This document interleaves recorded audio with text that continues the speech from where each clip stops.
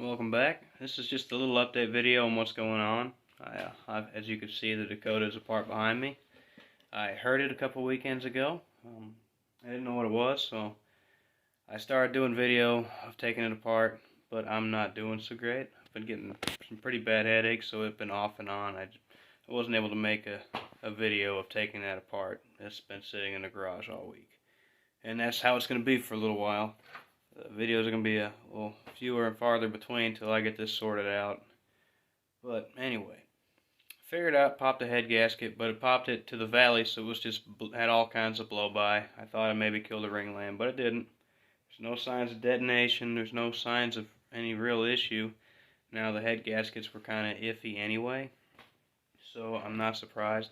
I ordered them off of Rock Auto, which is, that doesn't mean anything. Just I ordered them from Rock Auto, and one of the descriptions said MLS, and when they got here they weren't. But I didn't want to wait a week.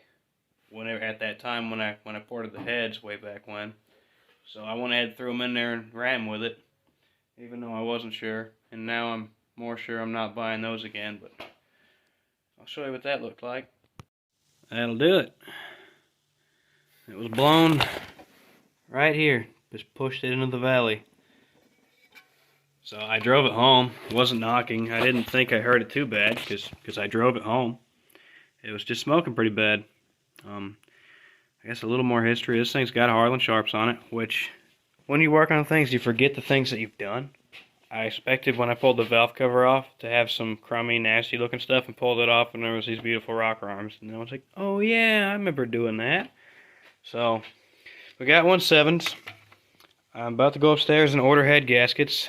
But while this is down, and I'm not going to do a full rebuild, I've got a set of forged pistons over here. I'm trying to remember what all I can tell you, because I've started doing a video so many times, and then I keep getting sick.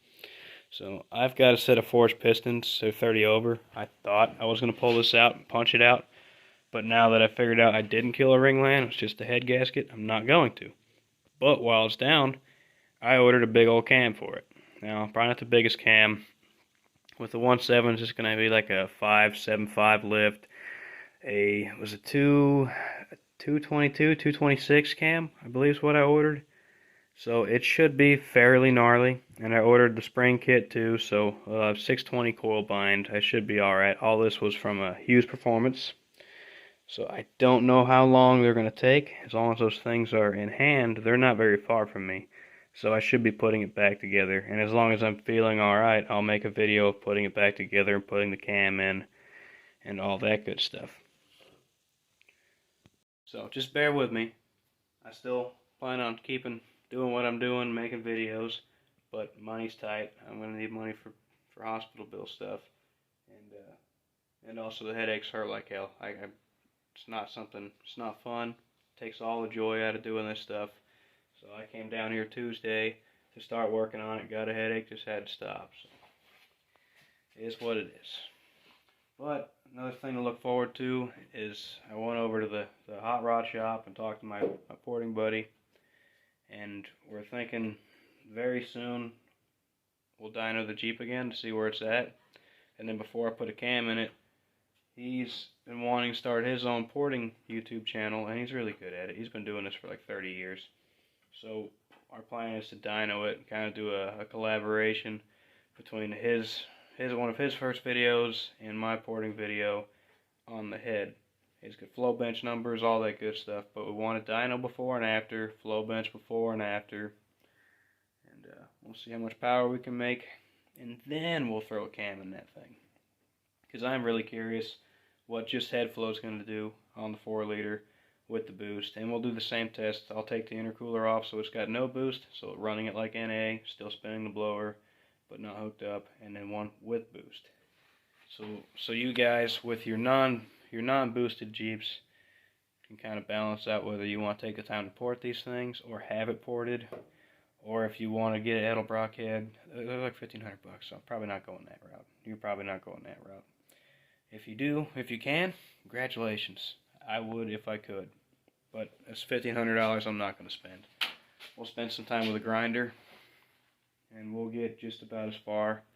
I think we can get probably with porting we can get a little beyond what the as-cast Edelbrock head is. That's just my opinion. Now, obviously, if you ported the Edelbrock, you'd get even further, but it is what it is. So that's the plan. As soon as the parts come in for this, the cam, springs, and stuff, I'll be putting it back together, and I'm excited about that. I've never had a big cam V8, and I've never put a big cam in anything, so I'm very excited for that to happen. Also, that should really wake this thing up, because it's kind of constipated with the boost, because the blower's trying to move all that air in that tiny cam, and tiny headers and tiny throttle body. All those things don't want to let it do what it's supposed to do. So this cam should wake it up, and it's going to sound freaking gnarly.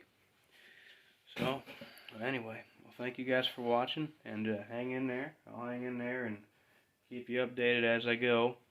But that's why it's been a while, and that's why there's going to be bigger gaps in between videos. So I don't want to tell you too much, but that's enough information of why. I'm not just getting lazy.